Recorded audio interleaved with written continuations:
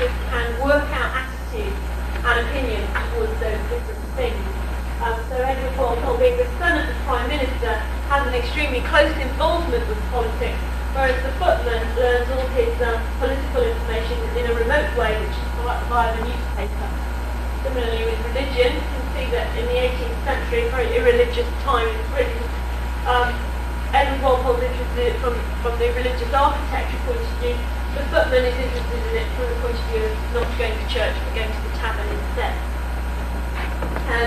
So having established that we're talking about character interpretation and what the advantages are in terms of dealing with the visitor, the first thing I think is useful to look at is the concept of identification, that the visitor can identify with certain characters and therefore learn something from that experience. In this instance, Edward Walpole, who, as you can probably imagine, is a mighty peculiar fellow when you come across it, a male visitor can identify with him on a number of levels. He's a father, he's a brother, and he's a son. He's a householder, he's a provider for his family, and he is an owner of certain objects. In Edward Walpole's case, he's the man that actually put together the collection of objects which now forms the Hermitage collection in Russia. It was sold by his descendants, the descendants of Robert Walpole, to Catherine the Great, and that's how that wonderful collection came to be there. So in terms of an owner, he has a very specific function in the interpretation, talking about the kind of objects that could be collected by the aristocrats of that period. So identification, think about how your character can identify with certain members of the public. And if you're female, think about ways in which other females correspond or are different from you in your roles like these. Similarly for men. The next thing is just to recap on something we talked about a lot more earlier. Don't forget that the visitor is bringing a stereotype and you are the counterpoint to that stereotype. Try to imagine when people see you in your costume, what is the stereotype that comes into their mind? What is it that they expect you to be? So that you can anticipate some of their problems. As Bob said, are you a pirate? Yeah. Bob suggested this morning, if you anticipate, you can save yourself a lot of problems. Next thing is, remember that the interpretation is offering visitors what I regard as an active role. It's not a video that they can sit passively and watch. It's not labels that they can just read. This is an active role whereby they must actually go around the character and ask questions in order to find out information. Now, moving on a step from that active role, which we sort of see the visitor as a detective. The next stage in that process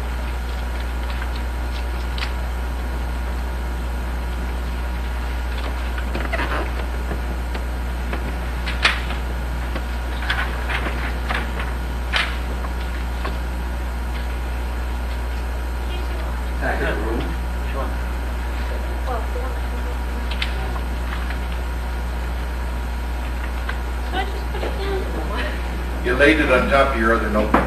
Did I? Yes. That's right. Thank you. The second stage on from that is that you are hoping that the visitor has an evaluative role. They go around balancing, weighing up different characters' opinions. So that this visitor, having identified with Edward Walpole, may feel that what he has to say is of more value than Mr. Walpole, Mr. Horatio Walpole, even though he's older and considerably wiser. So remember that your visitor is having an active role, and hopefully you're encouraging them to have an evaluative role as well. Just before we move on to specific techniques for dealing with the public, this is something that we talked about on the first day. Maybe useful to just recap on here. And that is that when we look at Horatio Walpole through our modern eyes, or visitors look at Horatio Walpole through their modern eyes, what they see is a man who's very, very small under the microscope of modern concepts of philanthropy, modern concepts of ethnocentrism, modern concepts of feminism. This is a man belittled by our so-called progressive age. Now, if we can strip away all those 20th century evaluations of the people in the past, we actually see Mr. Walpole a bit bigger and a bit sharper and a bit clearer. So the process of stripping away people's political, ideological, cultural perceptions of the past may have to be done very gently. So that's what you're trying to do. See the man as a product of his time, not see the man through the eyes of the present day. Okay. So, what's going on when you in costume are speaking to a visitor? Well, this is how I like to see it. Very complex series of barriers to communication, which doesn't need to fit on the LH. The words that you're speaking are being poured out of your mouth and going through all these different kinds of filters. And I'm sure you've all had problems with mechanical filtering. Mechanical filtering is noise, distraction, problems that prevent people from actually hearing the words that you're saying, not projecting your voice significantly, so they can't actually hear the words. Having barriers between you and the visitor. It's very interesting that I don't have a reference to this, but I heard a study of people who talk through glass in banks and in post offices. And even when the sound is amplified by sound equipment so that you are hearing their voice coming out of the speaker, people still can't hear them because psychologically this sheet of glass says this is deadening the sound. So there can be mechanical filters that you don't realise are filters. Distractions, things that they can see that bother them, things that stand between you and the visitor, which may be a table, as we discovered last night. So mechanical filters, you should minimise them as much as possible. The second level of problem is semantic filtering. What I mean by a word might not be what you understand by a word. So choose your words carefully, speak slowly, use vocabulary which is easy to understand. And I'll come on to talk about using period language in a minute, because I think there are certain ways you can make period language much easier for the visitors to understand. The next thing is psychological filtering. I think we had a very good example of psychological filtering yesterday in Mary's character, who we discussed in the day and then we saw in action, was unable to accept the evidence of people who had seen things with their own eyes. She was psychologically not able to take on board information that she found unacceptable. Bear that in mind with your visitors, that they are psychologically filtering things and mentally saying, oh, I can send that down the waste chute, that's not real, that's not true, I'm not going to accept that piece of information. I think that being aware of those filters helps you overcome them. You can see in small writing here, I don't know if those of you at the back, perception, knowledge, beliefs and attitudes. Those are the things that are feeding into the visitor, and we talked about a lot of those this morning. I think this is a useful picture to hold in your head of the complicated process by which the visitor receives the information that you're sending them. Okay. So, how do we play with the public most effectively? Well, I called this section of the course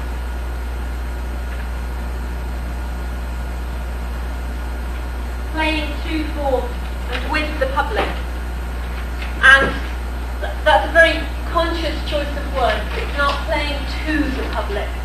And here we come back to what I think we've all agreed on, that a fourth wall presentation, a staged scene, is often sterile for the visitor. They want to actually get in there and be part of it. You get through to them better. So try to remember that the best way of doing this is to play to, for and with the public, not at the public.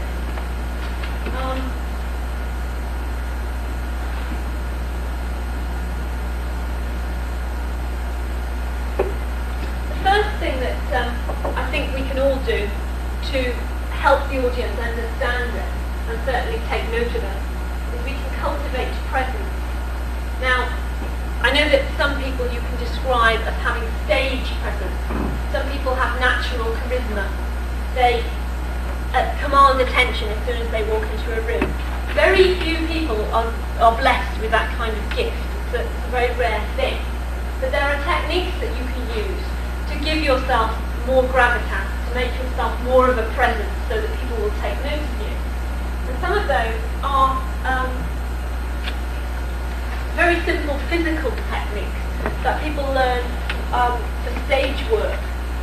And that is that for your character, and I would advise you for yourself, find a comfortable position which is your normal position.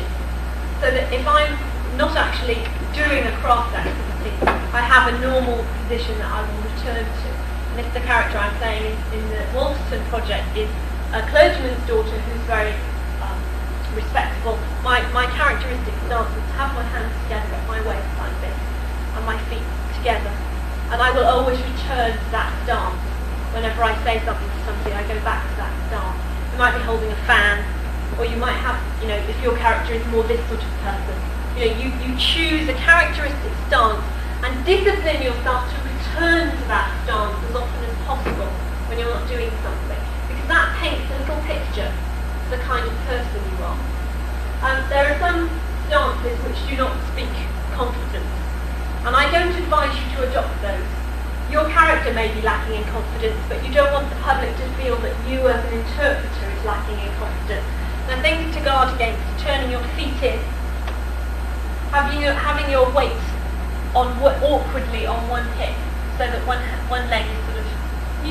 Very difficult for me to demonstrate. You should stand on the chair or something like that. The stance that people often have when they're uncertain, they'll turn one leg in like that, and one leg's hanging loosely. Plant yourself firmly on the ground, so that this exudes confidence to the visitor.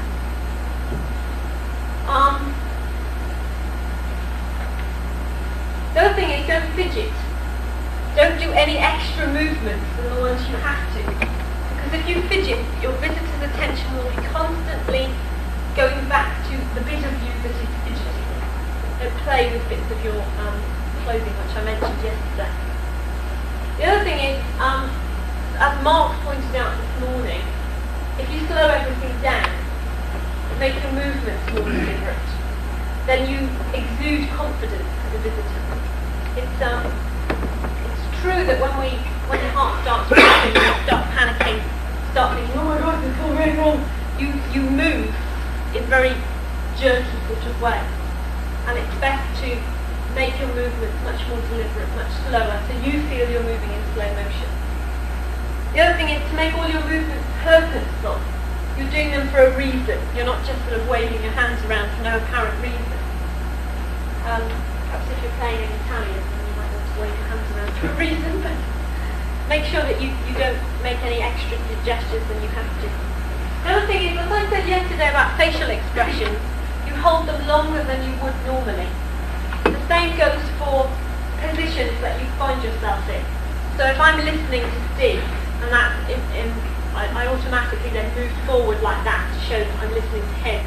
It might not be natural for me to hold my weight forward like this for as long as I am now, but it translates to the visitor that this is a listening attitude. They have time to assimilate that information. Now, I think that one little point, in fact, I think we could do a kind of demonstration of the exotic beast. One very useful point that we realised quite early on in our sort of theorising of what we did was that visitors, and particularly in Britain where they're not used to seeing people in costume, are very nervous of you as a costumed person. They're afraid of you. They're afraid that you're going to jump out and make a fool of them. They're afraid that you might not treat them with the respect that they hope you will. And we thought that this was rather like when you go to a zoo and you see an exotic beast which is caged, and you approach nearer and nearer to the cage, and the fear that that animal is going to leap at you, and you're in that sort of state of tension where you're ready to leap away to get away from this exotic beast. And we thought about this a bit more, and we thought that in fact, if you think about when people are in a state of tension, when they are fearful that you're going to make a fool of them, what happens when you're in a state of tension physiologically?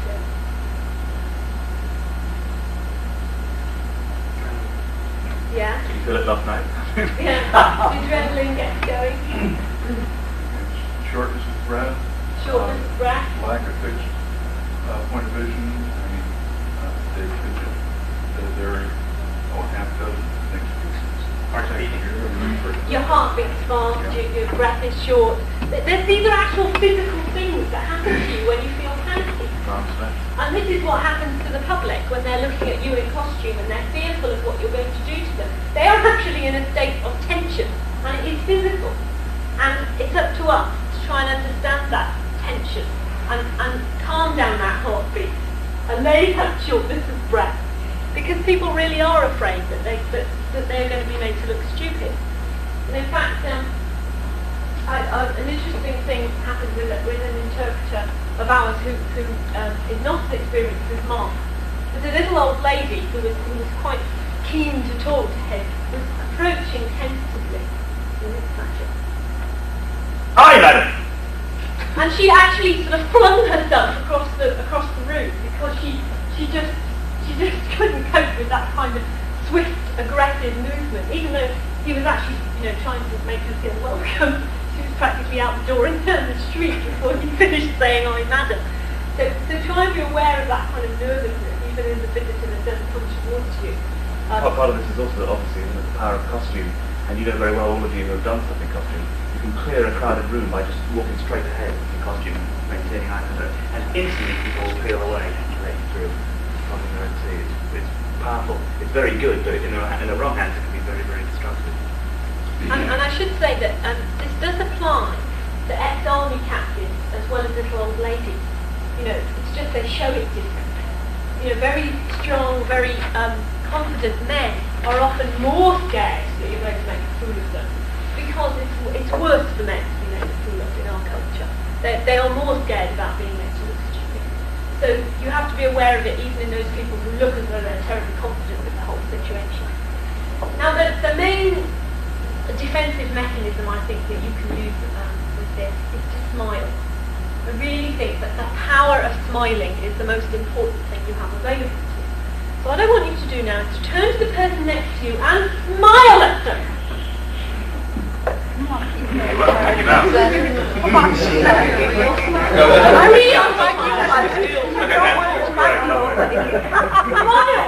And then turn to the person on the other side. Smile at them. Thank you, Marc. Never saw one I liked. It's interesting that Smiling, everything else. smiles with his eyes and not with his mouth. Can you just do a demonstration for everybody? Smile. Just here. There you go. And that's just as If you want something like this, or what was it? If you smile with your eyes, that's the most powerful smile you can use.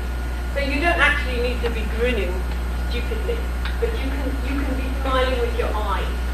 Okay, so now I want you to look at each other and smile with your eyes.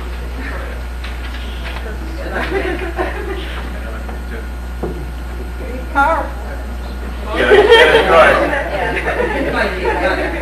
And what you all do, yes, just do that again. Look at this. That's an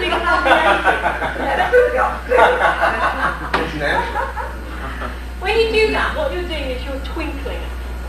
And twinkling is the most effective breaking down of barriers that you can have.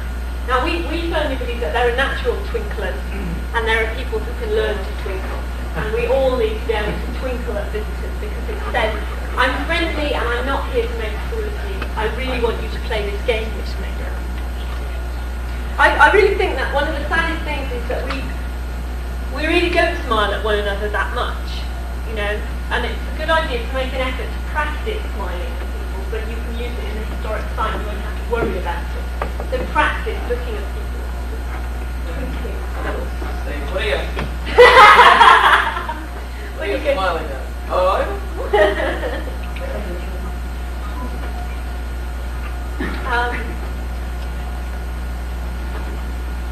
So smiling is the most disarming and useful weapon. I think that smiling is a device, but what the real bottom line is, you've got to reassure the public that when they come into you, they are on your territory. Anybody is. apprehensive when they walk into somebody else's church. And it's a matter of right off the bat finding something that makes you comfortable. Recognize them as a human being somehow, whether it's eye contact, which we talked about this morning. Somehow you have to reassure. Definitely. I think that so few people Particularly actually kids. use that. Yeah. And also I think that, the grown-ups, the grandfathers who are sort of there with their entire clan, looking at them, you need to reassure them that you're not going to make a fool of them and a stranger. So it's this sort of level of eye contact. It's that I'm your friend. The other thing that I think is very important, which we've sort of touched on, but I think perhaps we could do an exercise to illustrate. Can I borrow Vincent out the front and Rob out the front here? Since you're on the end. Rent it out again.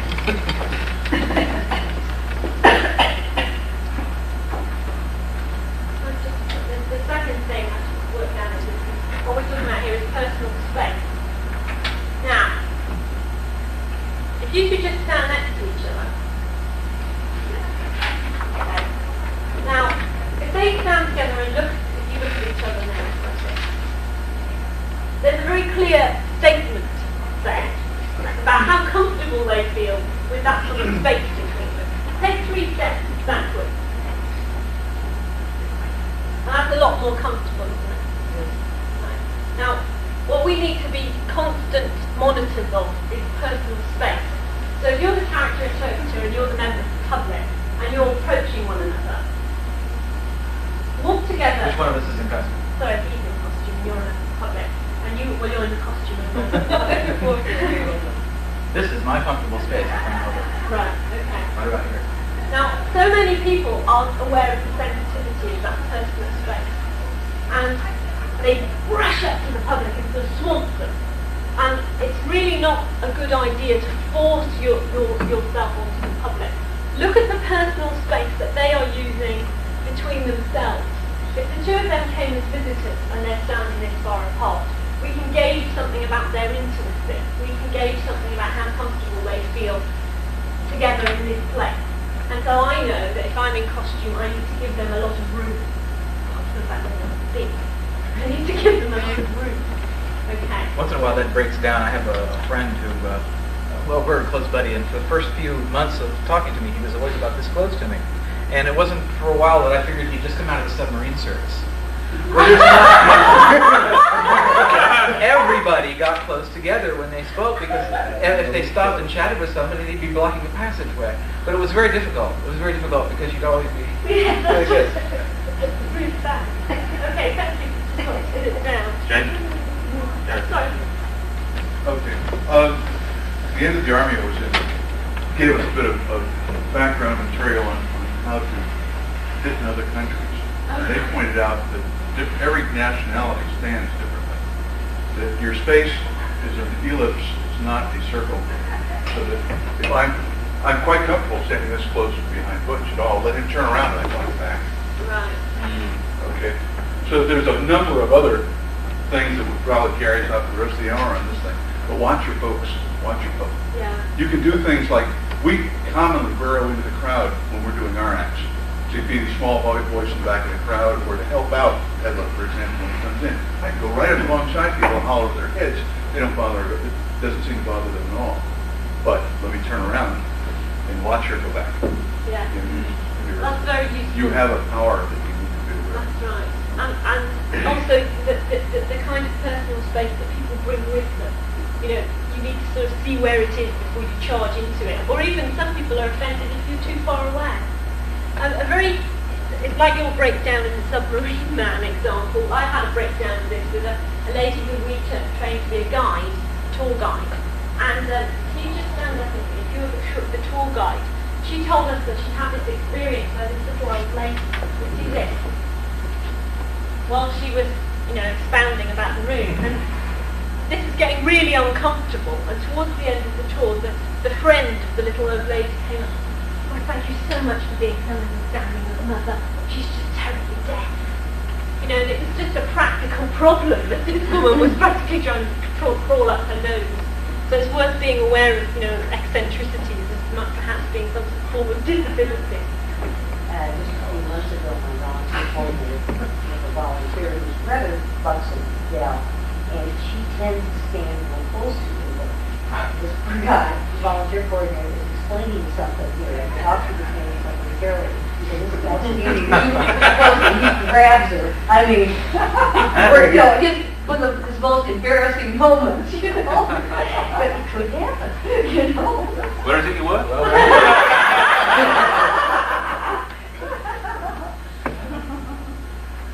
You didn't have your sexual harassment? She thought it was fun. And also about this place thing, very good point you make about it being an elevator. I hadn't actually thought of that, but that's actually true. It's this way more than round. So think how you are in an elevator, where someone said the other day you must always face Marc said it was always face forward. And watch playing with people's headspace if you turn around and face them or stand sideways. It's very weird indeed. You also, of course, a lot of your Oriental visitors, you'll find that they're really asking you a question. They want to touch you while they're asking a question. Yeah. And for most of us Occidentals, that's a bit uncomfortable. Yeah. How comfortable are you? Well, some of the time. Children do that uniformly. They don't have a sense of Children do like to touch Yeah. you. They touch your costume. They kind of cram, don't they? Yeah. They don't have a sense of, I don't think, space, or maybe between each other, but not amongst them. They're not crazy things. They're really not They should afraid of you.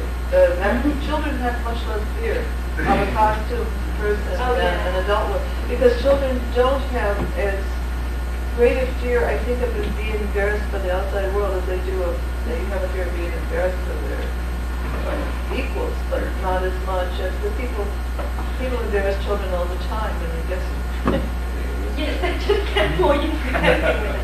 The other thing about personal space is that it's a very clear indication of characterization.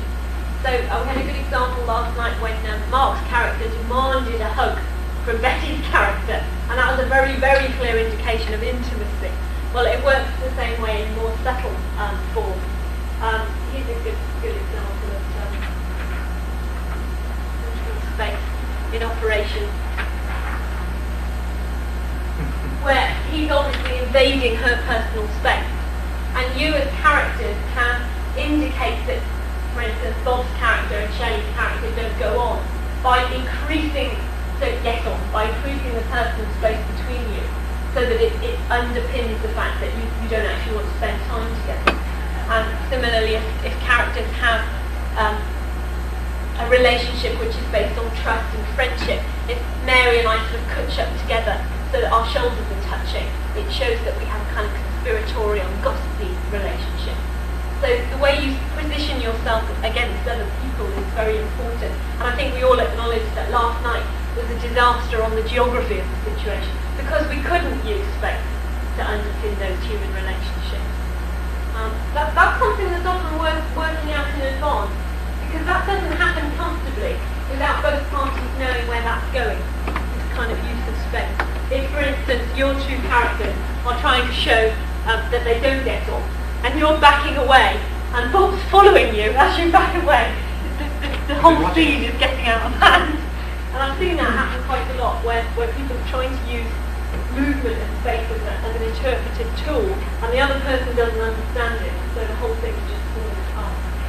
The other tendency is that we move around too much, and I have a rule I keep in my head, which is once I've taken up my position in a conversation, I imagine that someone has nailed me to the floor, and that is my position, and I mustn't gravitate towards the other characters.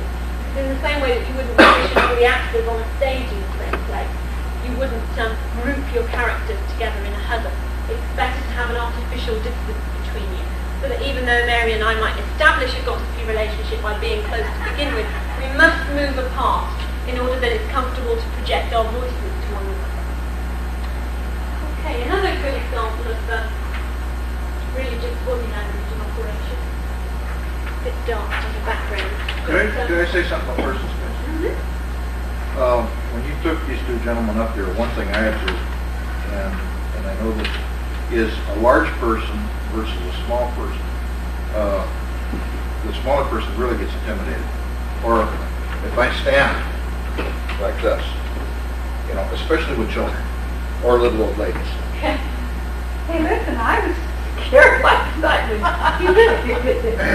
And that, I mean, with the coat button, I mean, there was no two colors. He was all golden. I looked at him and I thought, that's the thing I was practicing with. I mean, I really thought he might, well, I said, what's that gun? I really thought he might shoot me.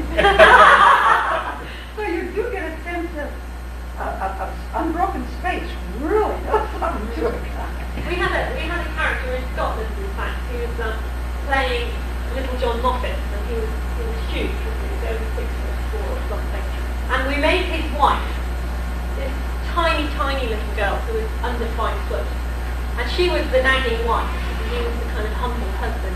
And the body language between them on the street in Stirling was more eloquent than anything anyone could say. But she's there, berating him like this, and yes, wife, backing down the street behind her. And it was just a wonderful counterpoint. So sometimes it's really good to play with those sort of ideas of status that come from the side. What Mary said about weapons is something to remember. People think if your weapons is real, then all of a sudden they want to be a lot further away from you.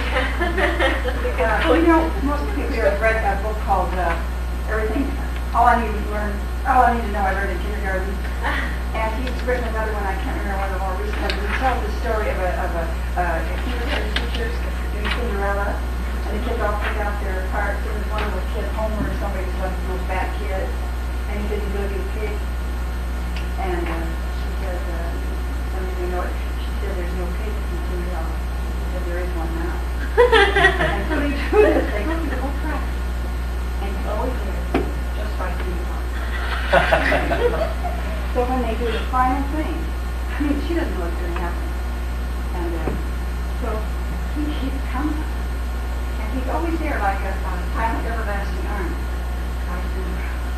At the end of the thing, I mean, you feel this an untold message that Cinderella's all good with, and the parents all stood up and clapped. I mean, he didn't say one word, but he had created this himself, and he gave a whole new dimension to Cinderella. I thought it was a wonderful story. Remember Cinderella, thou art mortal. I don't know what he did at midnight, but The reason I put this one in is that to talk about when it's applicable to turn your back on someone. I love this painting because I just think it's eloquent without any words. That maidservant knows perfectly well that she's spraying that fine gentleman with her mop, but there's just no way that she's going to turn around and apologise for it. And he's horrified that A, she can do this, and B, that she can be oblivious to the fact that she's doing it. Now, I think it's completely permissible for character interpreters to turn their back on one another, but as Nancy pointed out, you can't turn your back on the public. And I think that this is a philosophy we use, and you don't have to accept it, but we believe that if you're playing angry, you can be angry to other characters, but you're never angry to the public. Similarly, if you are haughty and looking down on somebody who's another character, you can turn your back on them like that, but you would never do that to the public because they're not the person you're haughty to. You always have a kind of idealised relationship with the public. So that's partly why I put that on. I always feel really uncomfortable in a very crowded interpretation when you're forced to have your back on somebody. And I spend all my time kind of backing away like this, trying to get as many people included in the conversation. So I end up with the wall behind me and the rest of the room having a conversation without me. Again, I think it comes back to just civil behaviour, which quite often we have lost.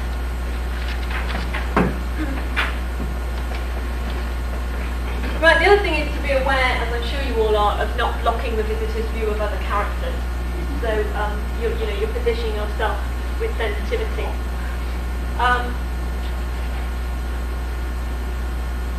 In terms of turning your back on other characters, you should be very clear how you're turning your back on another character.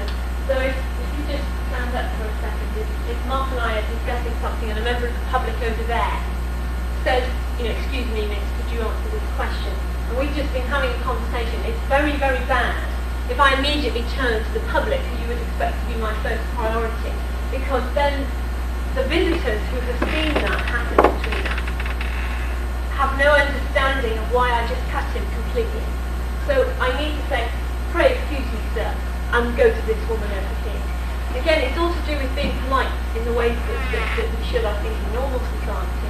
But it's very easy to do that when the public are drawing your attention, because the public are the most important thing. If you don't actually resolve what would be a snub here, especially if it's not appropriate for our characters to be on bad terms.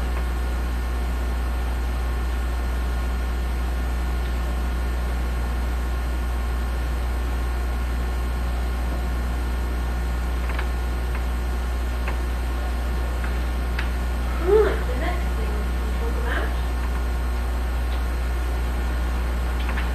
is non-verbal communication, which we talked about to a certain extent yesterday. Gestures, facial expressions, and eye contact.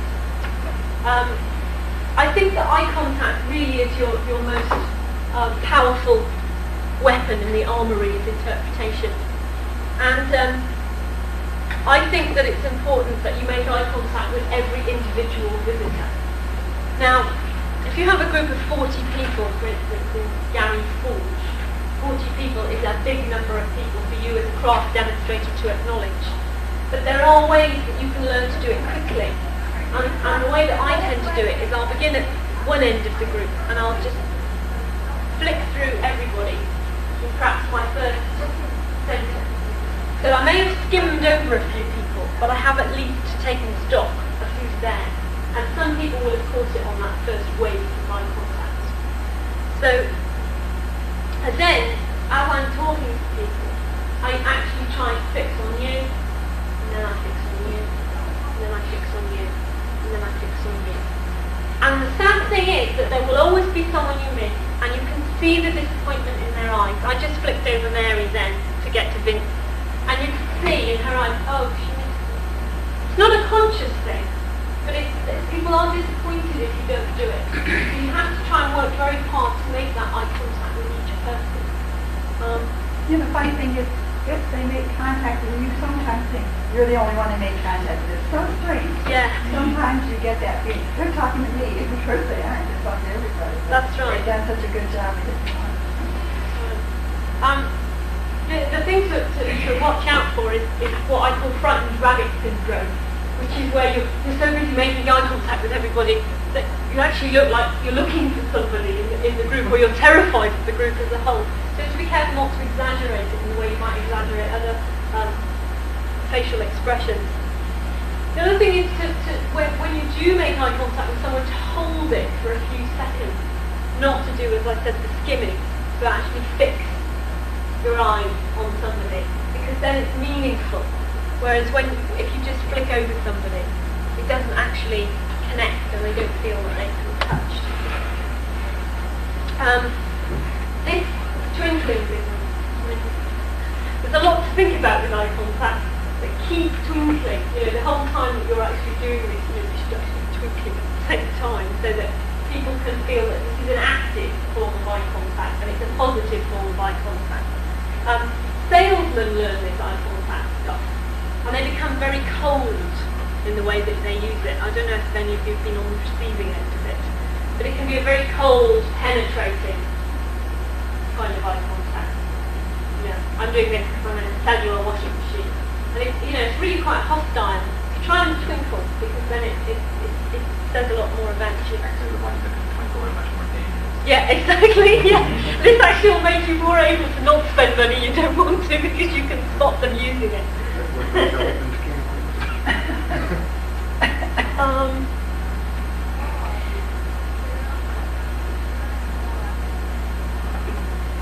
I'll just interject here with something I should have mentioned earlier, which is that this business of if you're angry, don't be angry to the visitor. A technique I've always found very useful is if I'm angry about something and I want to tell the visitor about it and I don't actually want to be angry at them, is to use a kind of strategy, a signal, whereby you are explaining how terribly sad you are that you have to be angry about this situation. So you might raise your hand to your head and lower your eyes and smile at a pathetic swan, grade 1 smile, and say, Madam, what can I do? This situation is beyond me, or some other expression, which means that you diffuse the anger they've just seen you hurling at somebody else. You diffuse it into an apology for the way you've behaved to that person. So you can actually get good at converting the emotions that you are portraying to another character into something that the visitor can relate to. Because if you look apologetic, they'll often smile in sympathy. That was alright, I think you're provoked. And then that leads into a conversation. Smiling again, smiling apologetically. I have a question here. I've seen a lot of interpreters do this, and I don't know whether it's a good or a bad thing. They tend to factionalize their audience to match what's going on. For example, there'll be a male and a female, husband and wife interpreter, and they'll be arguing one way or another, and the male will get the guys on his side, and the female will get the women on his side. Most of the time I've seen it, it's been perfectly harmless, but several times I've seen the audience go away. They start an argument, and it may not be an overt argument, but you can tell that they're in a very small way at each other because of what they've seen here in their interpretation. Do you want to factionalize the audience against each other? I wonder whether that tells you anything. It brings anything. it in. Yeah, does it tell you about the interpretation, or does it tell you about their marital relationship? Well, I mean, sometimes that's appropriate, like in the play that knocked off there. You know, that's what it's about. But I mean, I have seen that. I've seen that. We do a lot of that with our women's rights. A lot of that type of thing, where we bring the women into the women's side and the men, of course. They role play the real follow them chauvinist. home. The question is this in the long run a good thing for their assessment of history, or is it just good for the moment? Because it definitely, I mean, people only do it because it feels good, it works. So Yeah. Does it work? I think one thing that I might do in a case like that is sort of an aside, thinking out loud to myself. If this keeps up like first year day when women or men have become inferior to women or something like that, projecting into the future to something which is it may reflect more of what's going on, so the visitor will see that interchange as just a moment in a progression in history, not as something that's very fixed and rigid. I'm not sure that I would necessarily project into the future, but I would certainly use an aside to make light of it. Because I think that we have to acknowledge that certain situations like siblings squabbling and being competitive and man and wife arguing are time-honoured themes. They can't change over time, and they never will change over time. And there's nothing wrong with getting your audience into camps. But I think, again, it comes back to twinkling while you're doing it. This is not an acrimonious argument. This is an argument that's being put on to tell you something about history. Twinkle, twinkle, twinkle. We don't really mean this argument, guys. We're just doing this in order to facilitate the communication process. And Marc uses it a lot. We do a Skimmington ride, which is a punishment for a nagging watch. For riding the rail. And, it's just so funny because every time Marc says, you sir, you must be nagged by your wife. Come and speak against this awful woman. And the man will always look at his wife for permission to go out and join in. Always. It's unbelievable. And Marc says, you too, sir, you are ruled by your wife, and it happens every time. But we've never had problems with people getting upset because they know it's a game. They know that we're playing a game and we're twinkling and smiling while we say all these things. I mean, some men could be really offended by nothing. See, you're ruled by your wife, in a kind of pushy way. But if you do it in an entertaining way, with this sort of sense of fun, I don't think people are going to go away and have, divorces over it. It's slightly cheeky, but then they can see that, and then you can wrap it up, and they can go away, and they think, well, that's good, that was a game, I've learned something, but it's delightful, rather than, God damn, that woman, she always takes so long in the restroom, and I'm really, now I'm going to rather. They should be able to leave it behind with them. Well, I think the reason I brought it up is the times that I've seen it, it hasn't always been lighthearted. It's impossible. The only rise they've gotten out of the audience is to bring them into a faction. And suddenly, because they have an opinion, suddenly the audience are responding and they flow into that. But I think it's great to get someone's emotions involved. It's like, that maybe the only thing they really learn there is when you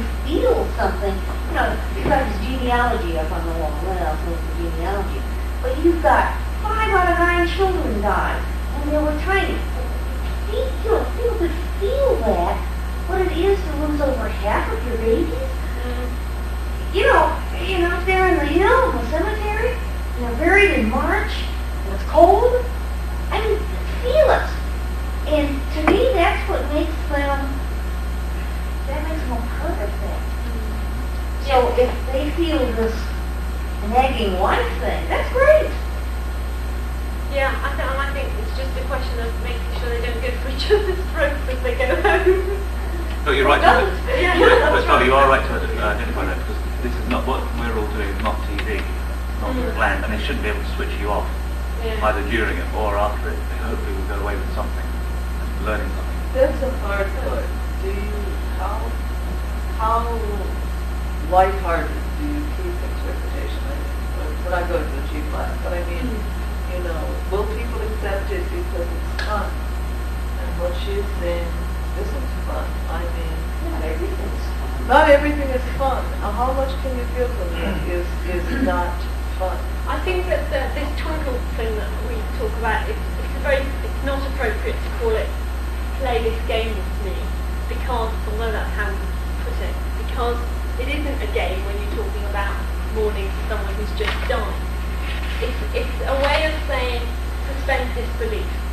So it doesn't necessarily have to be we can have fun here. It can be we can do something here. And it's the way that you persuade people to come along with you to do something that maybe they aren't necessarily keen to do. So if you're trying to tease somebody, you've used it. It's the look in your eyes that says, come on, I don't really need it. And in the same way, I think you can get them to suspend disbelief for serious things as well. But it's the way you look into their eyes. You can say, this is a serious subject, and I can teach you something about this. Just come along with me for a few sentences, and I'll get you in there. Well, we tried, we went down to Chicago years ago, and they did a funeral for particularly for the elderly people. Well, they do it at other times. We did not for this. It wasn't meant to be a funny occasion. The person that died was a traveler, and they spoke quite seriously about getting buried, and worrying about what he had died of, and things like that. And it wasn't really supposed to be humorous. And the whole idea was to get people involved in it, because we had this whole group of museum people standing around, and we were all being quite solemn and appropriate. Somebody started getting over there, and the reaction was, we're burying an empty box. And we're all standing around the spot. And that's how it broke it. But it was something that we're trying to, I think, approach serious subjects in museums, and death, and what she said, the loss of half your family, small children. How do you do it without, making such a downer that I don't know what to prove that? Exactly. You don't want to cheapen it, but you don't want to make it a downer either. No, I don't want to. I'm never going there again. I was so depressing. And for 2 days after I came home. We're going to have to call there so graffiti, I'm going to, I want to be in there. I want to point out a warning here, and it's taken off from the Bloomsbury. You got to read your audience. Now, where you're doing a thing like we're doing last night, that's fine. That's one thing. But we're doing where we actually pull you in here and start doing this. If you're doing something that's going to set a husband and wife at each other, you watch their faces and find out if you dare. You might not dare do this with this couple.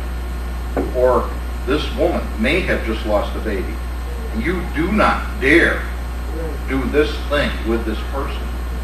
You can set somebody to a real emotional problem. If I can, I'd like to make a suggestion. You just took half of what I was going to say, by the way. There's a time and place for everything. You have got to watch your audience. Yeah. You've got to watch them closely. We do one on the cause of the Civil War, at a Civil War event that we do. There is no way of doing that as anything besides intense. It's going to polarize the group. It's necessary to get across. Part of our intent here is to bring in all the various factors that influence people to take one side or another. Okay? It isn't a comfortable subject. It will never be a comfortable subject. We don't do it to fourth graders, for example. We pick a slightly older audience for this. It's never going to be a fun subject. I think that's probably proper to do it that way. But you've got to watch them closely, and there's going to have to be some explanations. And it's a good one for a narrator to come in afterwards and maybe smooth a few ruffled feathers. You need to know your audience.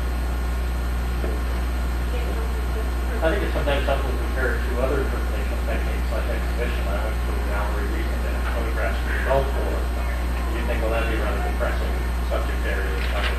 But I think that the point is to make a balanced presentation. And I talked to the curator about it. That you actually go in there expecting to see these horrible, horrible things, and you saw some actually very heartwarming, happy photographs. In addition, you saw some horribly, grisly, gruesome photographs that they almost did not on display. But you came out of it feeling like you experienced something, but it wasn't uplifting and joyful, nor was it sort of terribly saddening. It was a very balanced presentation. I think that's very... I think the narrator is talking about, but sometimes there may be some occasions in which you do. I felt like a kind of prayer, which is kind of open inside, but there were times that many of the visitors would have benefited by some kind of narrative, particularly when it looks like, that,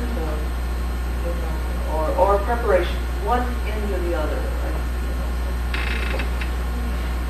We're almost getting to the point where we feel there needs to be a guide with people coming through from situation to situation who can have a finger on the pulse of the audience and provide that.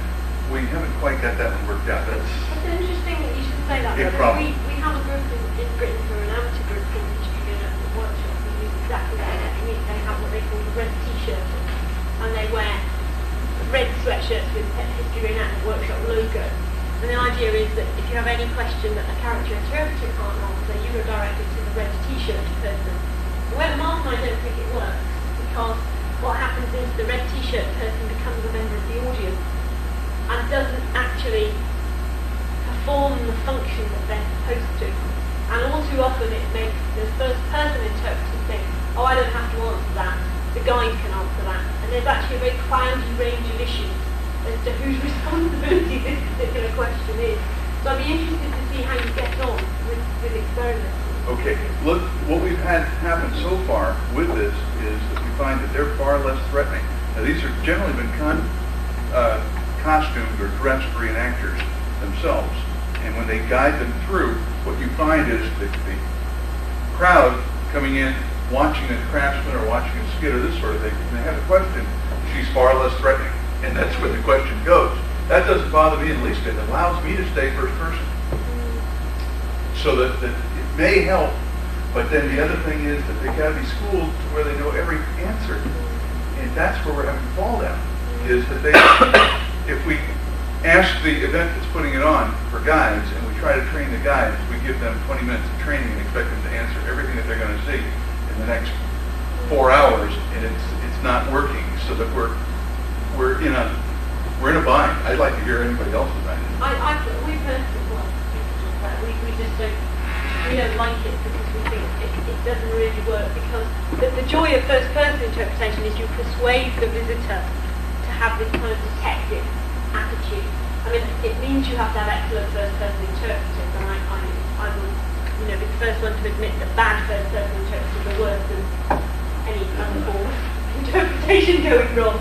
And I just feel that if you have this kind of third person, first person mix, the public duck out of doing what is actually the fun thing, which is talking to the first person people, because they gravitate to what they perceive as you say, as less threatening. And it also makes the first person people appear to be in the collective consciousness of the group as if they're foreigners, and therefore your guide, whether or not you're in the costume, is your friend, the coach guide, the person who looks after you, shows you where the restrooms are, the rest of it, and can speak to these exotic animals until you want to the movie, and perhaps even a meal with the natives as well. And so I can see what you're driving towards, where you're coming from. But they're doing it to most of you, but in the third person. See, it doesn't work. First person, as I hope you've said all across the last 3 days, is by no means the answer to everything. It's a very exciting thing, and it should only be used at certain occasions, but it cannot cover every other type of interpretation. And that's why this group in England, Jane mentioned, doesn't work. because everyone tends to sort of screw up, and the person in the red t-shirt does the hard work. There's a very interesting exception to this, and it's a very special case. It was a radio play, and H.G. Wells was operating his time machine and taking people to what on the radio were essentially first-person situations. And H.G. Wells was always spouting off this 19th century point of view, which was equally outrageous to the modern audience. So you had an opportunity to disagree with him and side with the first-person people. It was a little bit like King Arthur, Connecticut Yankee, King Arthur's court. It was two completely strange points of view. Thank you. But that's really far too subtle. Yeah, I know. And delightful, but pointless. Mark, the one place where we've used an interpreter, well, a couple places, it depends on the proximity of the audience or the visitors to the people doing first person. We used an interpreter, a dressed interpreter, and he's the man that narrates a program into a microphone. Because what we're doing out in the field is 150 yards away.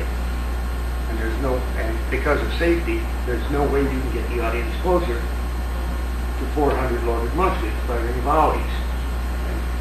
Or, in the same vein, a dressed interpreter on a microphone, because especially the Scotch-Irish Festival, Scottish-Irish Festival, with free-flowing libations, you don't particularly want the crowd out there where you're trying to play a program. Yes, but there's two things you're just talking about now, how it really can be described more as spectacle than as interpretation. And any battle reenactment is a pageant. Well, it isn't a battle reenactment. It is a definite first-person demonstration for the spectators in an actual park. Right. But it's a display, isn't it? You're talking about firing, presumably firing muskets. They're not talking to the visitors, so... So in a sense, all you're doing is you're putting you're putting a narrator on something that can't be heard or can't be actually interacted with. And that, for that case, makes perfect sense. When years ago I used to be a member of the English Civil War Society doing that when I was a student, and the crowd were always very confused because if you're doing it properly, both sides are exactly the same, unlike your Civil War when it's quite fairly clear. The public conception is that the cavaliers look one way and around the other, which is not historically true. Because the group I belonged to wanted to do it as properly as possible. It led to a lot of confusion in the public's mind, and no one knew who the hell was who and who was winning. That's when you need someone with a microphone, but we were so arrogant to refuse to deal with that at all. So you get a bunch of people in the far end of a field, no one knows what's going on, and it's a complete waste of time and effort. But that's still very much a spectacle, and not what we're talking about in terms of interpretation. But what about the physical questions that have nothing to do with interpretation?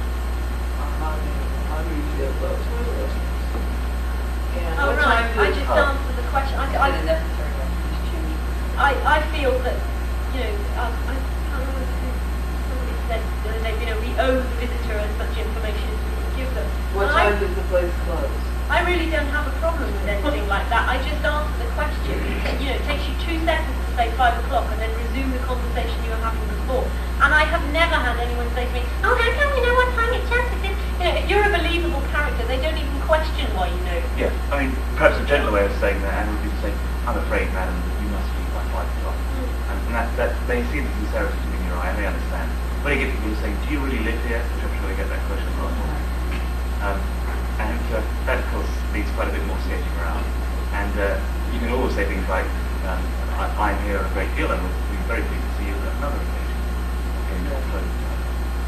Well, in this evening program, which was Marc on there giving us a visitor relations this function as part of ours, and other functions to be in another part of the town where the arts directors and the directors and whatnot. And it's all very well and good. Why am I to say to the visitor, well, I'm in the dining room with them and they were at the restroom.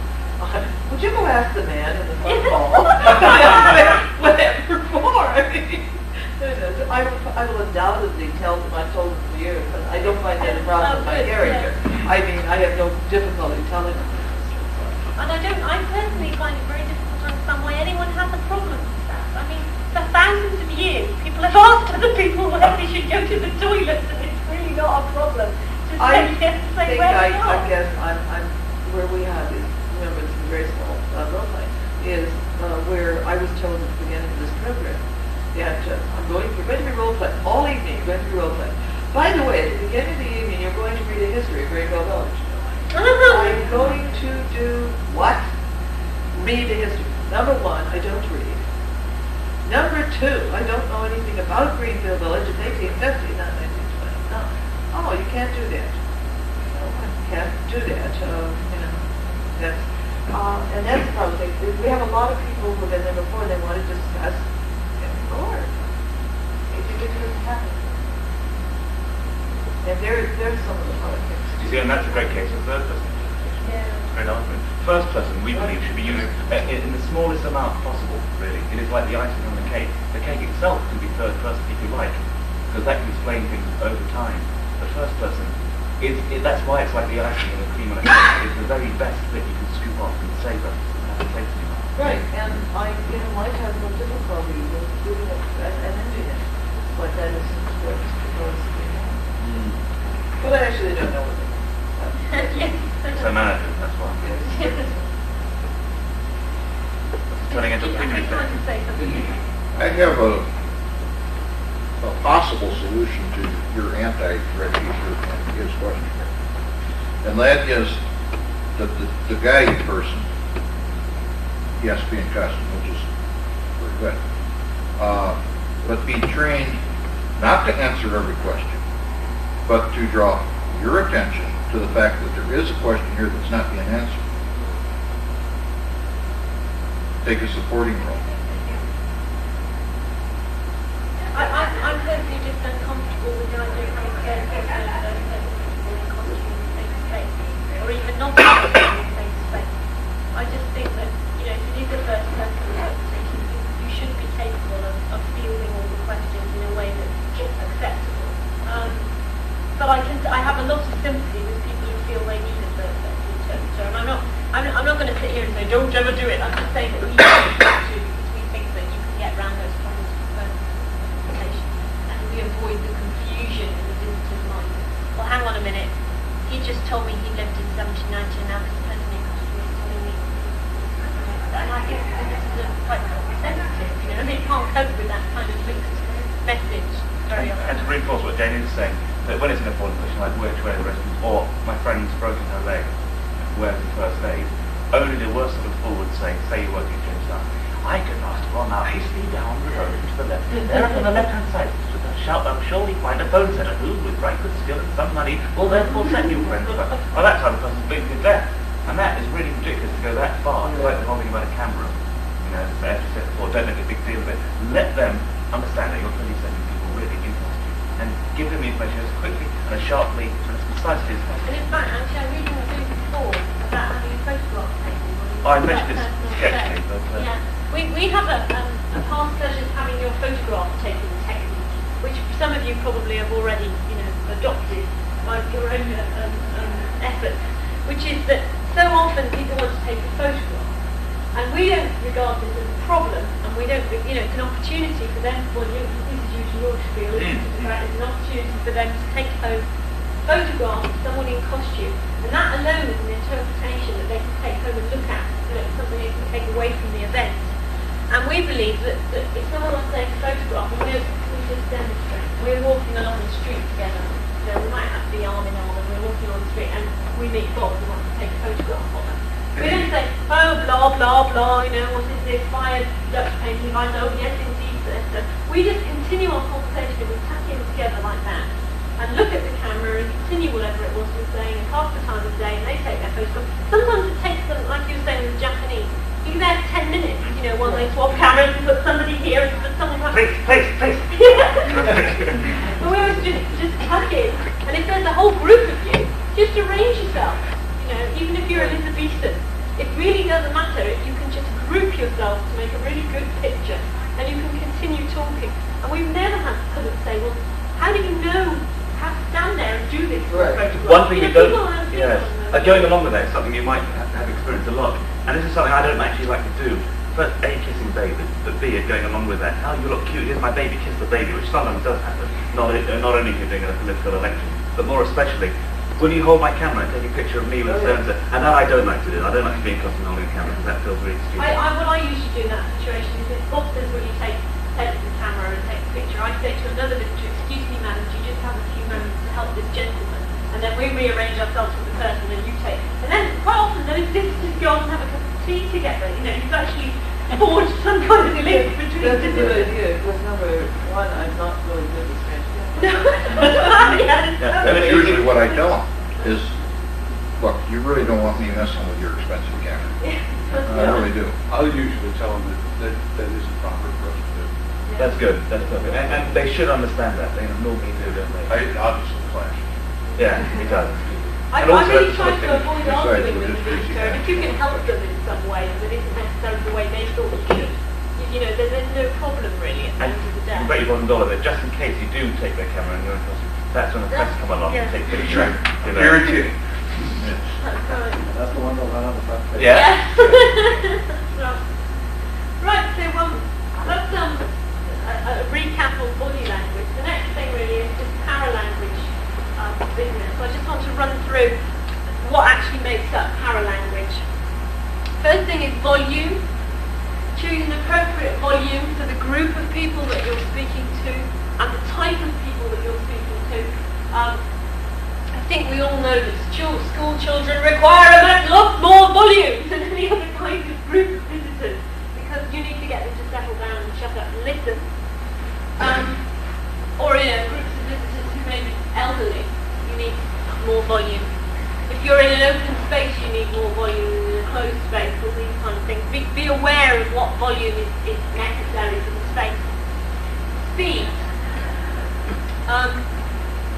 Most people speak too quickly for live interpretation.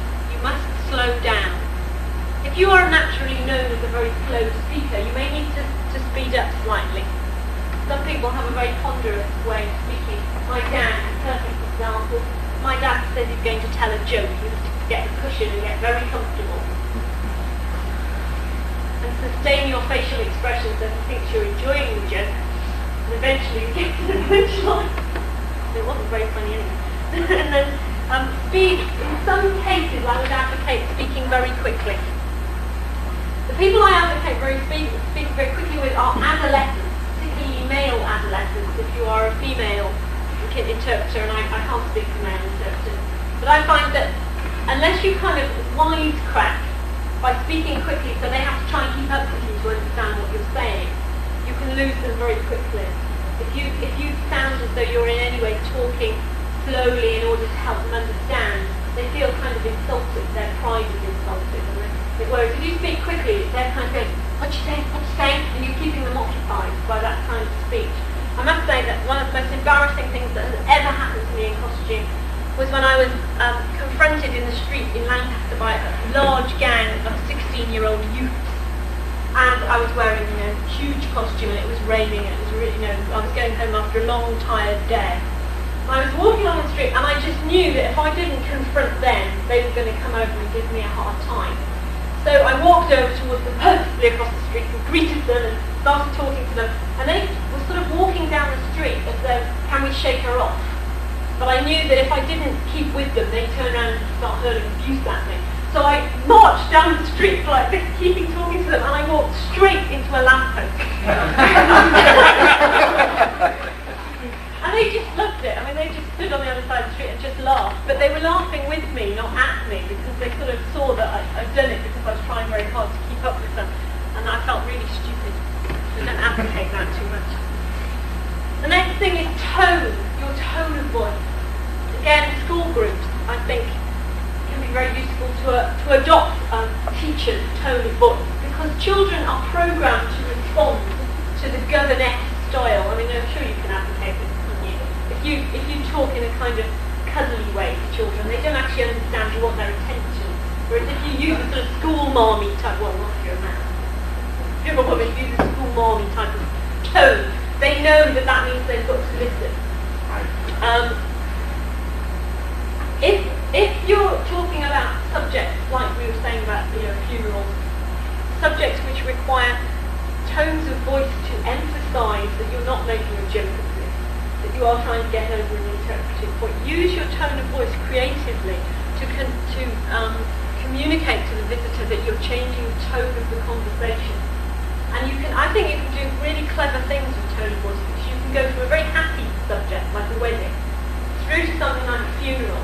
And then simply by your tone of voice, you can then lift the conversation and go on to something that might seem terribly banal after you've just talked about death.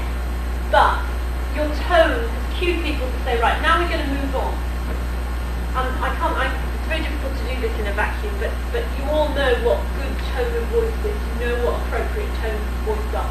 Listen to yourself speaking. Listen to the tone that you use when you're talking to people about different subjects and try and mimic that tone. The other thing to do, I think, is to practice having a happy tone of voice.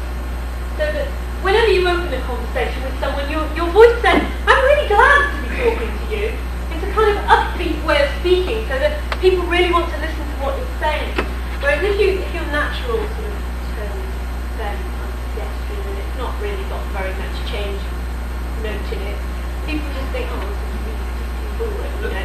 To emphasise that, there's a chap in the same group James mentioned in the History Reenactment Workshop who has got a great deal of skill. He does 1588 to 1688 that they do in Britain. And he's very good at lots of things, writing on a quill pen, he's got to do with a secretary hand, lots of good skill. But because he seems to be wedded to the clay pipe that's forever stuck in his mouth, and he can mumble, and he's very bad posture, he hunches over and he mumbles and he's so boring and people just don't listen to the good stuff he's got to say. They just can't wait to get out of the room. And he destroys the rest of the group's interpretation. And no one's told him not to do that. That's the trouble. They ought to. He's got the wrong tone. He just switches you off as soon as he starts speaking. The other thing is noises, which I did mention before. All those different noises that you can use for paralanguage, and I've just got a few examples here. I think this is a really underused form of communication when it comes to interpretation. You can use all these noises to cue visitors into responding in some way. You might have different paralanguage in America that I don't know about. Actually, I just thought this may not be culturally universal. The one is Oh yes, that's right. Let's be very happy.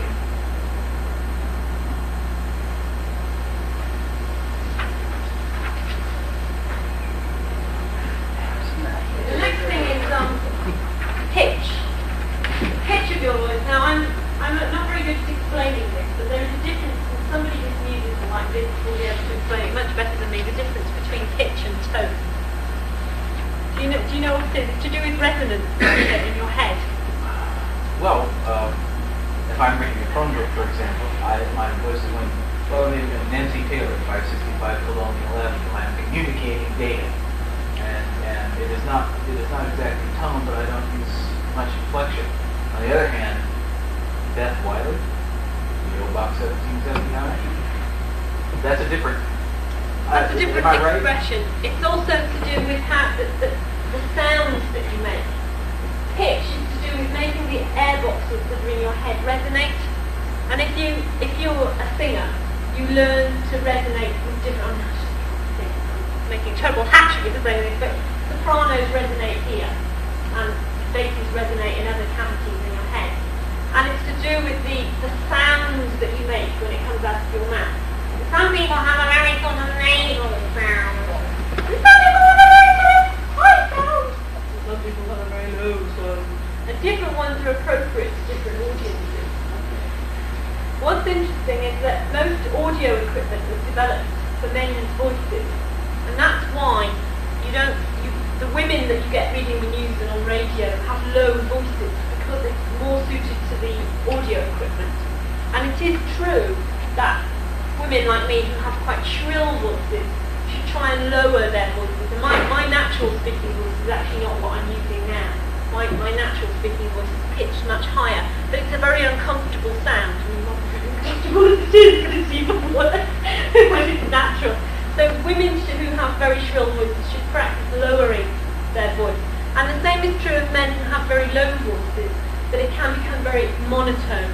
And it's good to inject a bit of flavour in the way that Vince demonstrated by changing the pitch. Actually, I misunderstood what you were wanting to say. Oh right, sorry, I obviously didn't ask the right question. No. Music 101. To reinforce what you're saying, I am a little bit hard of hearing. The shrill voices, as you did that, if you probably saw me print, I exaggerated, but yes, that is like an arrow going through my ears. The low monotone voice, You're a real fan. I cannot even hear it. It's quite interesting if you start playing with it, how you can change the way people respond to you by changing your voice.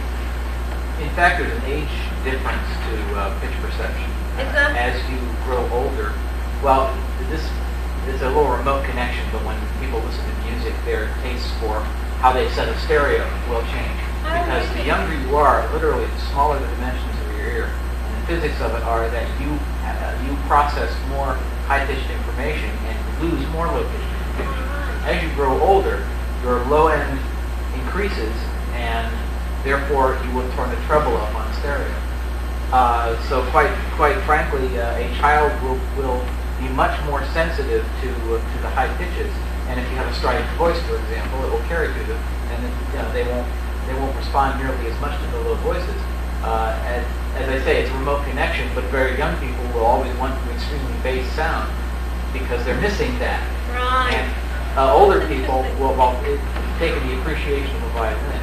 Very young people like the sound of the violin because all the interesting colors of those tones are up in the upper register, and what they want to hear to fill out their spectrum is the lower register. But as they grow older, they gain more appreciation for the more treble aspects of the Oh, it might be worth bearing in mind when you're talking to the age group. I think there's also another meaning to the word pitch, because to me, if a person is using a very low, calm voice, like Butch uses all the time, and that he's showing me a pitch, a low one, that says he's calm.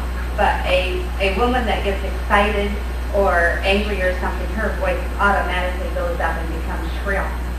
And your pitch changes a great deal, and so you can use it to show different emotions. Yes, I think that's a very important part of the use of sound.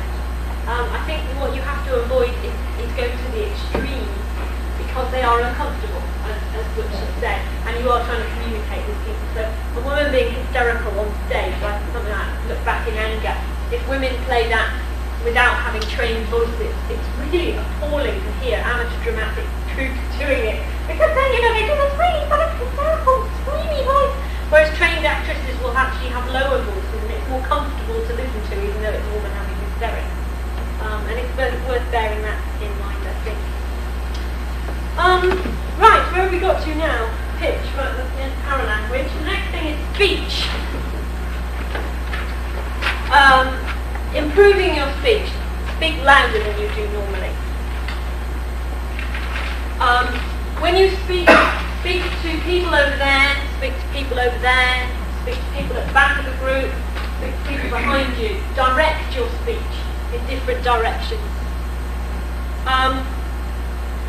Now, Marc and I advocate learning voice projection.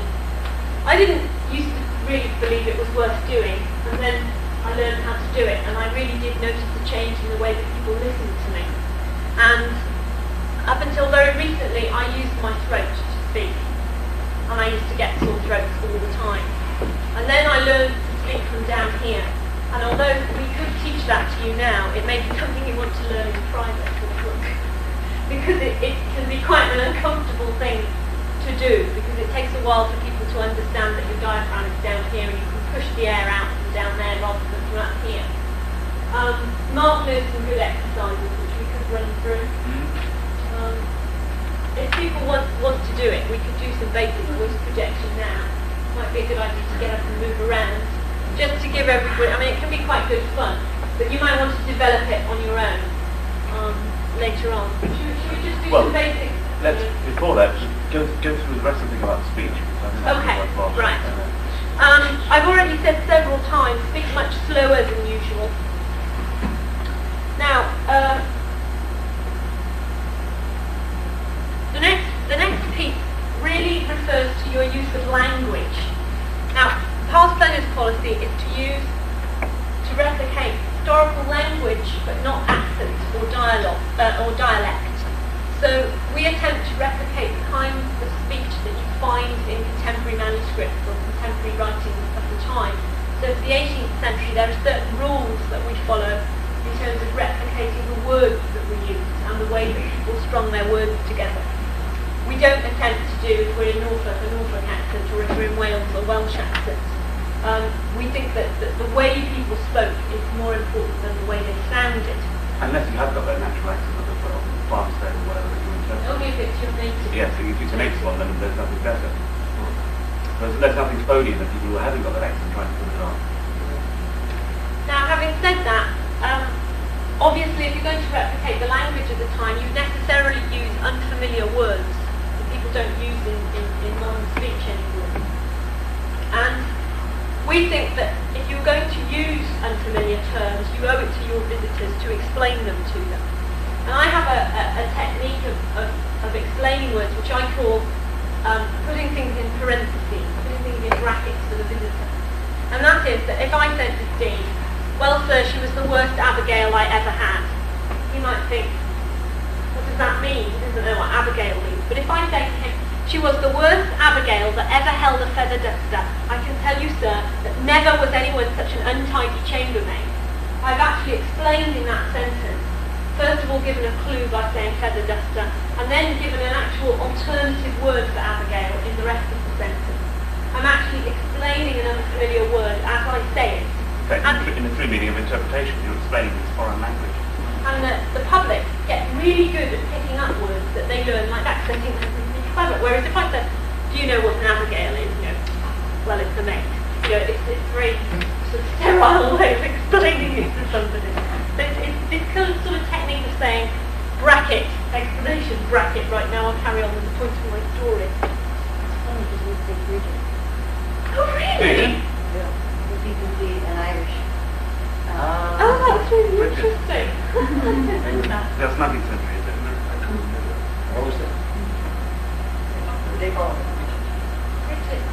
Yes.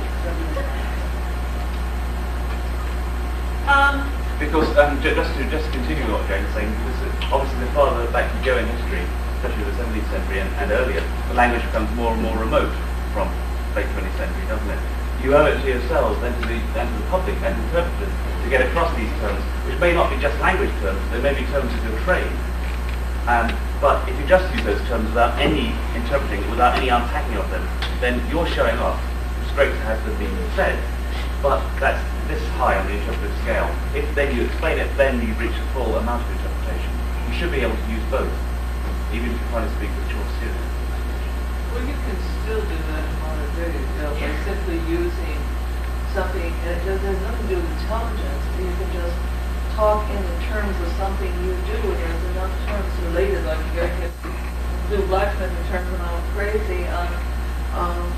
People, the most common example a lot of them is people who talk computers, and they use all these words, and they talk about, megabytes and all this stuff, and people just sort of, and they turn you off, and that's what they'll do if you start interpreting all that stuff. They just, I don't understand this, and I'm not going to listen to it. Megabyte, that's a British language. Yeah. Wants a block. We actually teach this in elementary school now. It's using context to find an unknown word. It's one of the word attack skills. Last time I said Exactly. this in a class, I had a teacher, and she said that. She said you use an unfamiliar word 3 times in 3 different contexts, and children will work out for themselves what the word means. And I thought that was brilliant. Put it right to it, it's one that we even work on. Okay, we read the rest of the paragraph, then come back and try to find out the meaning from taking it from context. I think you're giving the information out, because I'm listening to you, and I'm trying to follow what you're saying, But she never really says the definition is. She did it from In context. fact, in your first example, your first use of the word Abigail, I had no idea what you meant. My speculation was character, for example. But then when you talk about a person with a feather duster, it's a maid. And then when you came back and said chambermaid, now I affirm, yes. It's actually a good feeling. I go, very good. Yeah, that's right. And I think the public loves that. They suss it out for themselves, and they turn to one another and they say, "Did you get that there from Mr. May?" And you're sort of thinking, "That's good, right? Ding, and drop that one." Did you want to say something?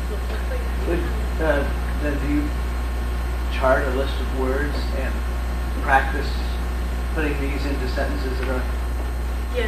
For whatever It's an time. excellent idea. Yeah. I don't know why we have never a whole list of words that we use for 15 There's sentences. there's a local group that professes to do living history, and in their newsletter every time they take words out of the dictionary of vulgar tongue, and they'll put them into sentences, but they'll never explain those words, and they think they're really living a story. Of course, nobody knows what they're talking about except themselves. In fact, you know, as I read a lot of this 18th century stuff, one of the things that struck me, at least stuff I read in American, is how much of the language is the same as today, except for some odd usages of speech or some odd word.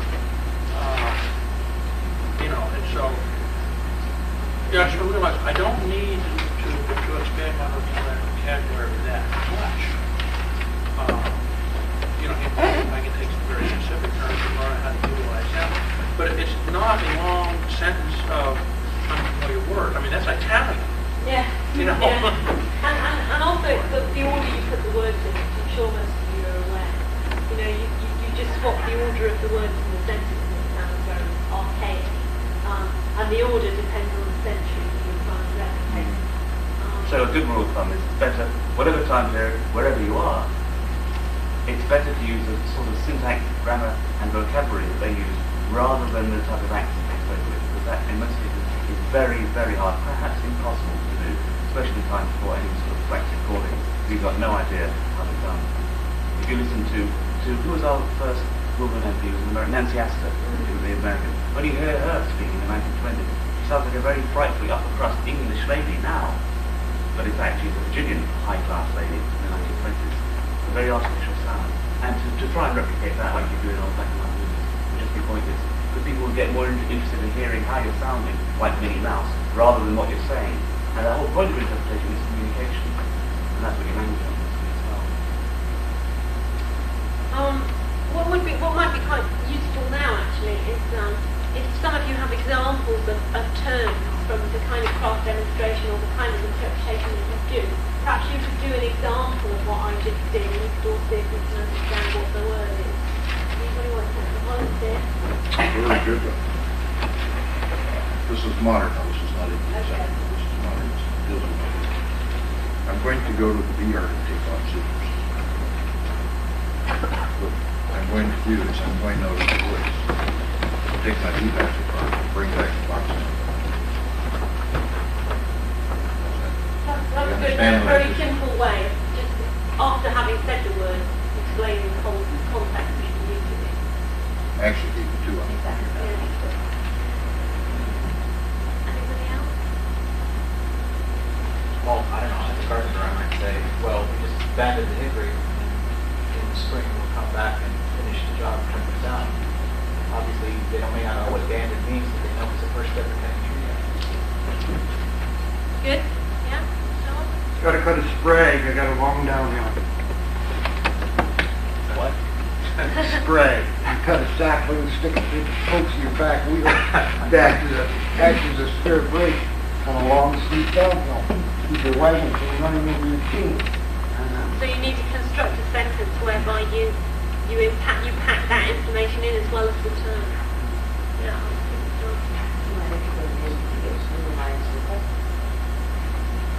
There's just going to be some harness, cover goes under the tail and the lines or the rings. Right. Good.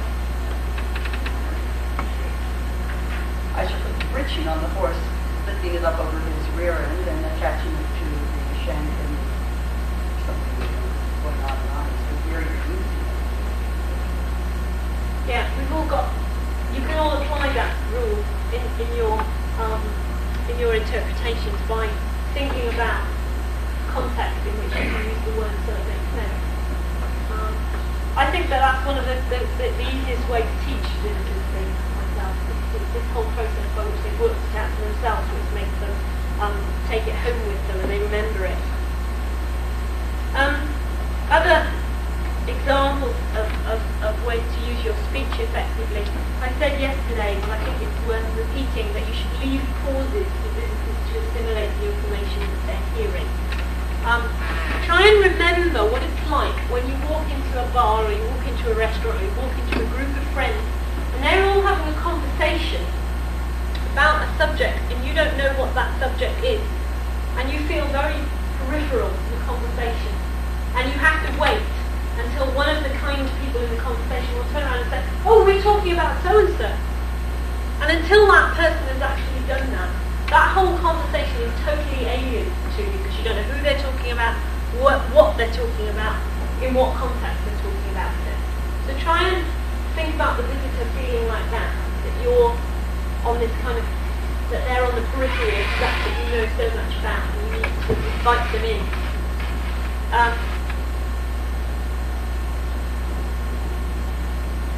I think that visitors really do need these spaces to get their head together. And I'm sure when you're being sensitive and you're watching your visitors' reactions, you see them sort of ticking, don't you? You see them ticking the information through and assimilating the information until finally you realise, right, they've got that, now I can move on to the next thing.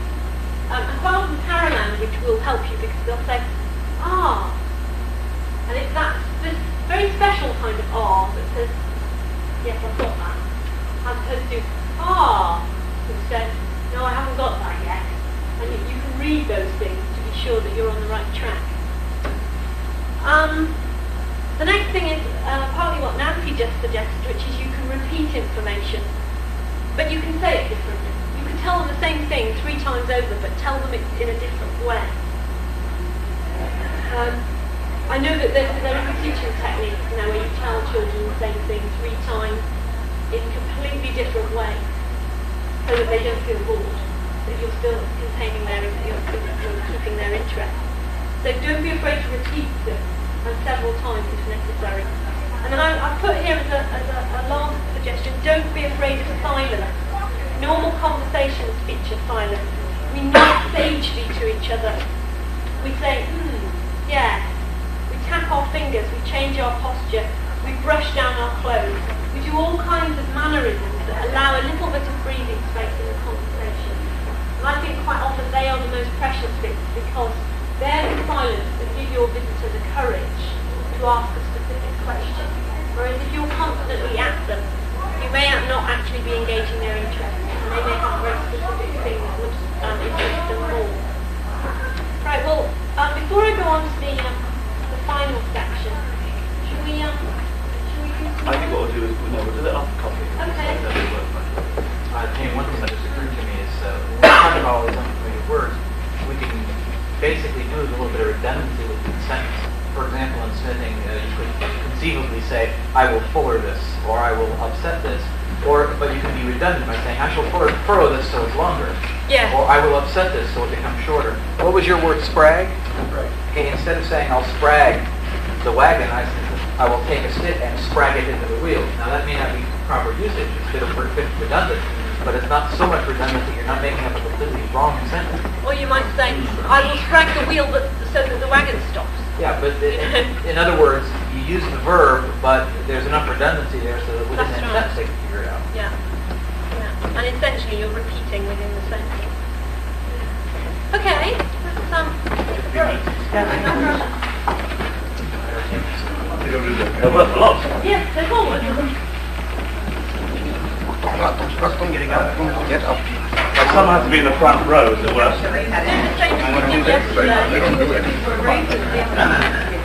I can do it. Some people do that. Either way. I had the podcast station. If you're going, Hey, Vicky, don't video this, please. don't video Do not video it. Do not video.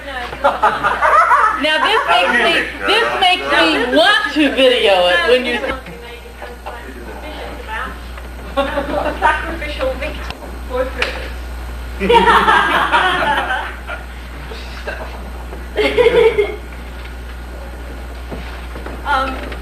Sacrificial victims is a technique that we developed when we realised that so many visitors come in groups. They come in groups as families, they come in groups as school groups, they come in groups as rugby clubs, and they come in groups as young wives, as women's institutes, whatever the American equivalents of these are. And we discovered that, in fact, all groups have dynamics which are easily observable, even to people who haven't been trained in psychology. And that is that each group has a leader, each group has a challenger for leadership, each group has a clown, each group has a loser. There are very subtle gradations in some groups, particularly family groups, but in peer groups like sports clubs, they are very clear hierarchies. And we discovered that you can actually use the hierarchies and groups and play them off against one another in order to communicate more effectively with a group. Now, we refined this into what we call sacrificial victims, which is that you choose a person from that group to be your main point of communication with the group. And the rest of the group have a vicarious experience of talking to you by observing the person from their group interact with you. Now, although I said earlier that it's very important that you make contact with each individual in a group, it's not very practical to try and talk to each person individually. So you need to choose a person who is the group representative.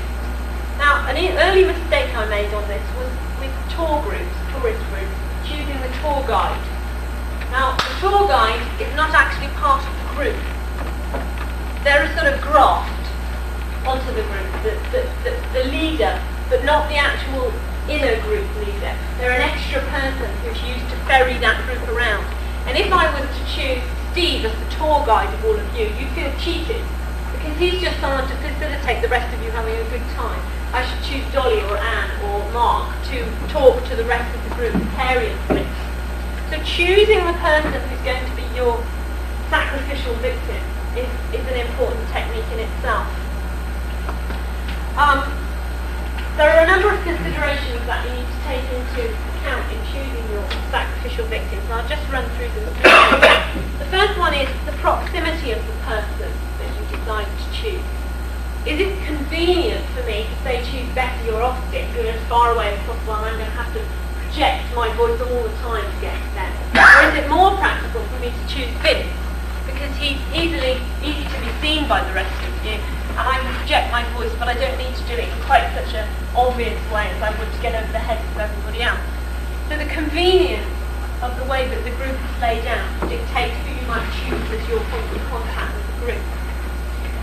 The next thing is something that we've been talking about in terms of the interpreter, twinkling. Who in the group is a twinkly person? Who do you think is going to play the game with you? With some groups, you'll find, particularly with family groups, it's often the grandmother. Mary's a wonderful example of a twinkly grandmother. Thank you. See, she's doing it. They're great grandma. If your eyes twinkle, if the visitor's eyes twinkle, you know they're going to play along with you. They're not going to give you a hard time. They're delighted by seeing you. They're delighted by having the opportunity to talk to you. So if you can choose that person, it makes your life a whole lot easier than choosing the person who looks aggressive. So looking for a twinkle, and that's why I think it's important to make eye contact with each member of a group, so you can spot the person who's going to twinkle back at you. The next thing that you need to think about is the relationship that that person has with the rest of the group. For instance, are they the group leader? The group leader has a very strong position in the group. They're acknowledged, particularly with peer groups, they're acknowledged by the rest of the group as being the person who always takes charge in situations like this where somebody has to make fools of themselves and the rest of the group is safe.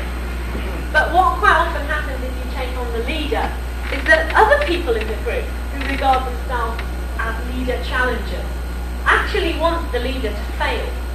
They want to see that person thrown from their point of supremacy. So you're actually setting up quite difficult tensions within the group if you choose the group leader themselves. It's often the case that the group leader will feel they have to try and defeat you in order to be seen as a fit group leader by the rest of the group. So you're actually putting yourself in a very antagonistic position by choosing the person who walks into the room first and the rest of the group are deferential to. The way to spot a group leader, if it's not obvious, is who does everybody look to when you first speak to the group. So if you all come into the room and I say, good morning to you, and you all look at Steve as though, okay, how do we behave here, Steve? I know that he's the group leader. And that happens without fail, I would say, with particularly with peer groups. And with family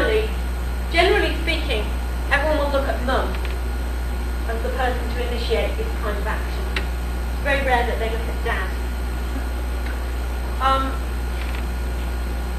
other thing that you have to, in fact, I'll say that for later actually.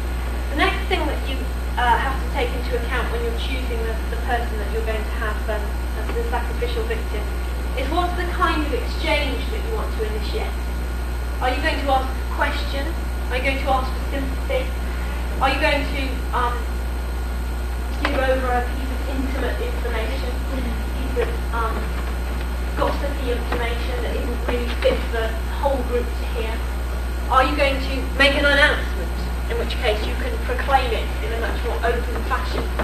So which member of the group you choose is dictated to a certain extent as to who is suitable for the kind of thing that you're going to say to the person. So if you want to say something that's kind of subversive, like Beth's character, for instance, her interchange with the audience could be very subversive to what's going on with the rest of the group, then she needs to choose someone who will respond to that kind of gossipy undercurrent. And it's very unlikely that you're going to be able to get, particularly if it's a woman initiating it, get a man to respond to that very easily. Whereas if you do it to a woman, they immediately sort of understand that conspiracy of saying something beneath the action that's going on. Whereas if you're going to make an announcement, that's an easier way to appeal to a man.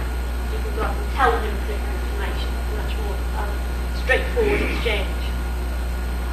The other thing is people's appearance. Now, you might be able to tell me the clues to who in a group is going to be gay, is going to want to play along with you. In Britain, my unfailing rule is that a woman who's dressed from head to toe in bright pink will always play along with you. Without fail, looking at no one in particular. Oh, Vicky Massey, perfect example where acting out of his feet. That kind of person will always play along with you. You might have ideas as to what signs of American dress you can read, because it's very culturally specific, I think.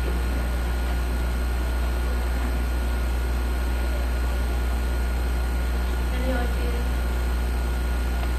Put my finger on a particular dress. I would pretty much go by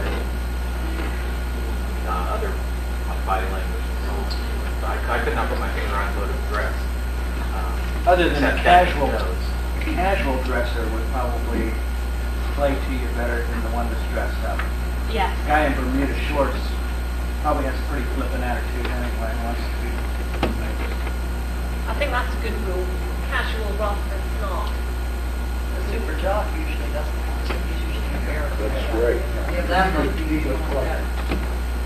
We just found out that motorcycle things terrify them from the blacksmith shop. So if you leave them alone, they're just not going to play. Or the muscle man. Yeah. Yes, they have a very strong sense of dignity, don't they? Well, we have a stupid trick that him and I play. Although It actually, embarrasses them no end. curious enough, when I was in California, I was doing a lot of costume stuff, and I discovered that bikers, especially the Hell's Angels Californian variety, who would normally think either terrifying, actually enjoy seeing people in costume, because they are also in costume. They see themselves as outlaws. If you're in a costume, you're also an outlaw from the guy who wears the Bermuda shorts or the collar and tie. So in a way, there's a sort of affinity there. You wouldn't want to go too far with that. But No, hey, bro! I agree with you, but I think that they're each different. Oh, very Yes. And Oh, yes. if you've got 40 people come up, Parody Boston's a good case in point. There's a couple of them in there dressed as bikers. Don't bother. They'll hide behind other people if you talk to them. Yeah. That's true. So that you just don't. You find somebody else. What he's talking about is we have a game that we play with the sledgehammer. Kiss the face with a hammer without losing any teeth. And this sort of thing. And we do this to one of these muscle freaks, and they won't play. It's not strength, it's balance. And that they don't want to be shown up that way. They won't even try it. So there are some things like this you sort of see. People who are wearing sweatshirts and say, hug me, I had a bad day. Generally indicates they're open than someone wearing a shirt. Paul, be great when I've never seen before that you have over here. Just let me tell you about my grandchildren.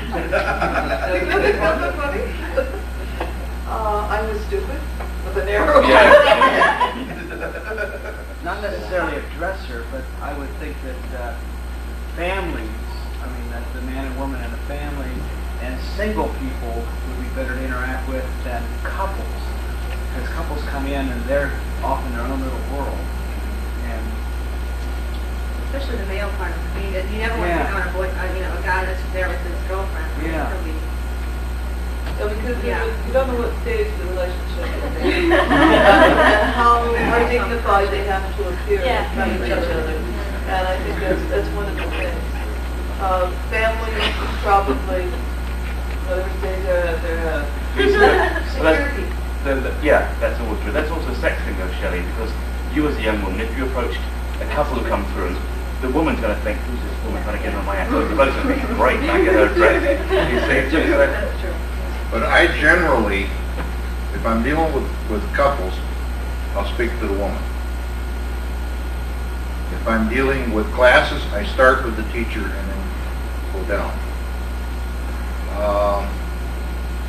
Groups of guys, I start in the middle. Really. Which is when the group leader is usually hanging out.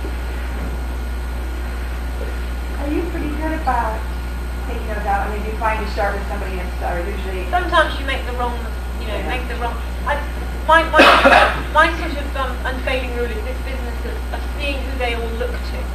So you pick the group leader, and I pick the person next to the group leader, because then they've got the group leader next to the support. But you haven't got this problem of people wanting the group leader to look stupid, and the problem that the group leader feels that they have this great responsibility to try and get the better of you. Whereas someone who's standing next, you know that old magician's trick, which is, can I have a volunteer? And if you point to Marc, I choose you because you pointed.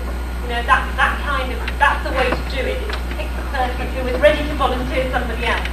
Because somehow they're never the leader and they're never the clown. I mean, that's the other problem. I tell you the one that has happened to me a lot, and I think it's happened to Marc as well, is if you pick the person who's the real loser in the group, and there's an audible sigh, you know, you say, oh, and how are you today, sir, to someone, and the rest of the group goes, you know, that's a waste of time her talking to him. You know, he's hardly ever here, even when he's there.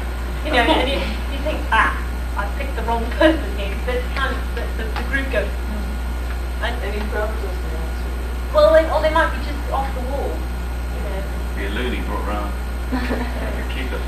Or they'll mumble. You know, there's no mileage in that. But the worst person is when you pick the clown, I think, because there are so many problems with the identity of the person who's the class clown or the group clown. There's always a disappointment when you pick the clown because it's a sense of, oh, he always gets the attention. Why can't some of the rest of us? But there's often also the sense of the group with him don't really like him. He always goes too far, perhaps is a practical joke. And they want to see him be squashed by the person in costume. Remember that you in costume have so much power that really you can dispense your rays of happiness or pain up to you. What's your quote that you always mention about the Japanese thing for it?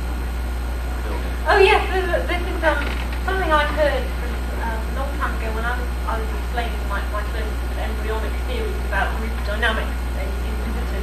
And somebody said to me once that there's a Chinese proverb that says there is a certain amount of pleasure in seeing an old friend fall from a very high building. I think it's probably true. You're all secretly glad when someone else screws up. Oh, it's right for me. I thought that was so weird, such a weird, but it is true, isn't it, when you're in a group? There's this kind of, yeah, well, okay, he's a group leader, but I'd really like to see him make good stuff. And there's, you know, there's this slight sort of, it's a weird thing, it's paradoxical. Most of us are relieved that it's not. Yeah, Yes. yeah. That's why we love the comedians, isn't it? We're hitting it all onto the scapegoat figure.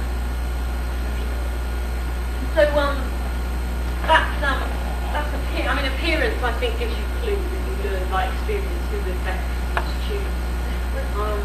I understand, I think that's very important to you specific. There's no point in me telling you about Britain. We can show you our own head projects, which are very funny, but they're not. Yeah. I don't think I've got it with me. All right. So once you've selected your group representative, your sacrificial victim, what do you do with them? I've got a number of strategies that I think are useful for your sacrificial victim. first one is charm and flattery. Marc is a particularly good example of how to use charm and flattery to get through to a group. It may be that visitors know they're being kind of chatted up, but they don't take exception to it. You know, particularly if you're a woman and you flatter a man, and if a man flatters a woman, then, you know, there's really no, as long as you're not doing it in an oily way, so that, like Shelley was saying, if you have a couple, that one of them's getting jealous. But the sort of thing that you can do is allude to people's good taste, or their good judgment. So you might say, Madam, I must commend you on standing with me. I'm sure you can understand, you know, that I'm a person of quality as does this gentleman. You know, that kind of thing is almost a throwaway line. But what you're doing is you're actually praising somebody for a decision they probably didn't actually make. They just happen to stand on the side of the room, or they happen to want to talk to you. But complimenting people on their judgment, appealing to their common sense is a good one as well. If you're having some kind of conversation, which is, they often are matters of opinion, you can turn to your sacrificial victim and say, "Pray, sir, you look like an educated gentleman. Do tell me your opinion on the matter." And they're sort of flattered that you want to know what they think about the conversation. The other thing that I think is very useful, and I've seen it done very badly, and that is when the public make their inane comments because they don't know any better. I've seen people acknowledge them, but they kind of do it by saying, yes. You know, it's clear to everyone else in the room that the interpreter is patronising the person that makes a stupid comment. I'm always terribly gracious, and if somebody says something, you know, almost quite caustic, but wrapped up as a compliment, I go, yes, you look very good, you know, when they're actually saying you look a real jerk. I always say, oh, and thank you, sir, for your comment. I'm always genuinely pleased that they passed that comment to me. Unless it's out and out aggressive, in which case I don't hear it. And I immediately ask them something completely different. I change the subject. But it's good to acknowledge people's comments, even if they are really stupid and probably the worst thing they could have said. Thank you, sir. You know, thank you for sharing that, because this type of, you know, response is a good one, really. So that's charm and flattery. The second one is to actually impart a piece of information. And this really depends on the situation you're in. But actually telling someone, telling them about another character, telling them about the room they're in, telling them something.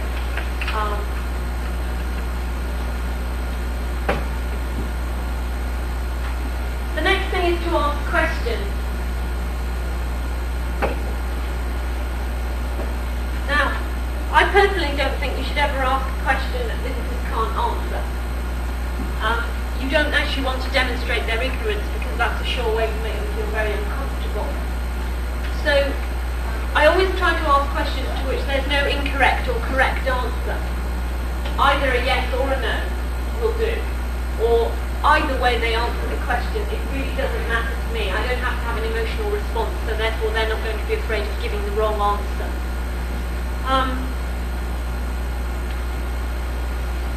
It's easy to ask questions like, is this your daughter, madam? Is this your son, sir? You have to be slightly careful with that one, because sometimes, you know, it's stepson, twice divorced, third times removed, and you actually don't want to get into that kind of It's actually her boyfriend. Or is this your husband? No, he died last week of cancer. You're good at that, because what Marc usually does is this your daughter, sir? Oh, sir, well, if she is not, you would be very proud, I'm sure, if she were. You know, this kind of flattery stuff that he's thinking, right, quick, new subject. It's good to ask questions to which there's no, you know, it's not a problem if they say the wrong thing. I think that asking people questions that have a yes or a no answer are the best bet. So that's a closed question, for those of you who've done any communication theory. You ask a closed question, you either have to say yes or no. An open question is very useful for people who are being aggressive. So if somebody is giving you hassle and you're having a lot of trouble getting them to shut up, or they're giving you a hard time, ask them a question which doesn't have a yes or no answer, a how or a why or a when question, because they have to think to to answer those. They can't just give you a yes or a no off the top of their head. And it helps tone down their aggressive attitude. You do have to be careful when you do that you don't embarrass the people they're with. So that even if they're being aggressive, it may be better to ask a yes or a no question to another member of the group so that they can take control. If they're on their own, you can use this open question technique. If a visitor if you ask a question of a visitor, even with a yes or a no answer, and they look troubled and they can't answer the question, what I always do is provide them with some information which gives them a clue to the answer. And I think Nancy mentioned that already, that it's actually very useful to ask a half question, which actually is telling them the answer. So you might say, a very banal example might be, do you not think the weather is good today? The sun hasn't shone this much for weeks. And then they know that the correct response is yes, the weather's very good.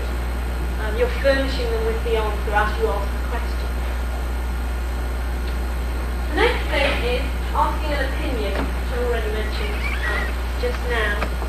What do you think of? If you're asking a what do you think of question, I think it's important that you tell the visitor where you stand so that they can make the decision whether they should agree or disagree with you. Visitors don't like to feel that if I say to them, pray sir, tell me what is your opinion of Governor Sinclair? And I haven't given them any clue to whether I think he's a good chap or not. They don't want to risk saying no if I'm going to disagree with them. They don't want to get into an argument with me. Whereas if I say, do you not think Governor Sinclair is a splendid fellow? They know that if they don't want to cross me, they should say yes. If they do want to cross me, they can say no. They are making that decision. You couldn't stay away.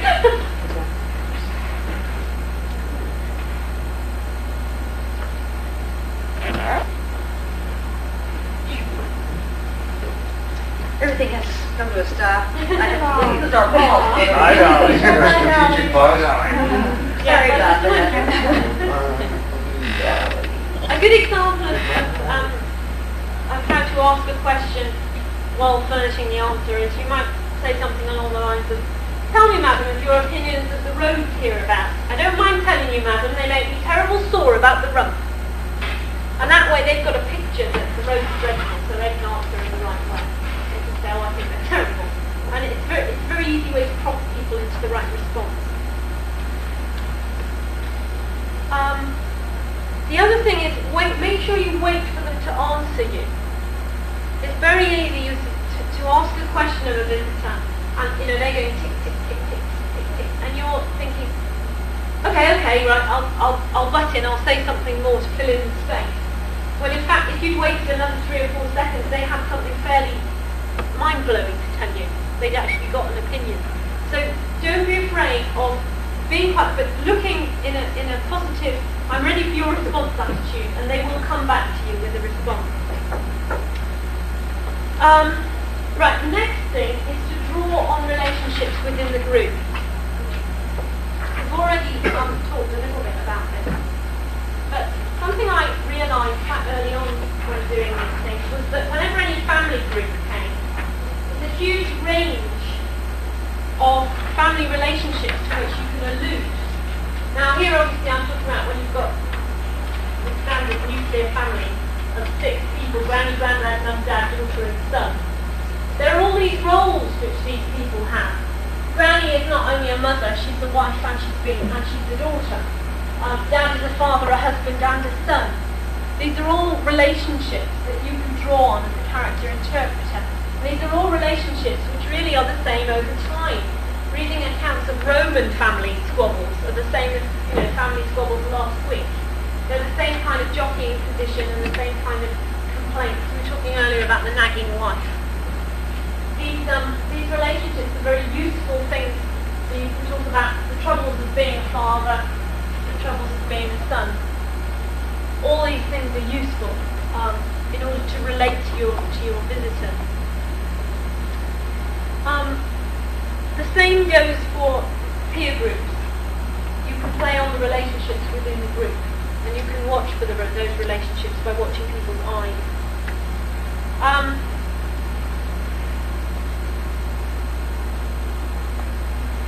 The other thing that I think is important is that when you engage with any visitor, you don't enter a battleground. You never end up in a situation where you're arguing with a visitor. You should always be receptive to their point of view. And if you know that their point of view is not one that fits in with yours, you can liken their attitude to another member of your community, whether imaginary or real, and then direct your anti-attitude towards that person, not to the visitor themselves. It all gets a bit out of hand when you enter into a battle with a member of the public, I think. I don't know if any of you had experience of that. But the dynamics of the relationship change, and you can't then be courteous and polite in the way that you should be all the time. That's sacrificial victims. Next thing is recognising opportunity. Saying to for and with the public, recognising opportunity.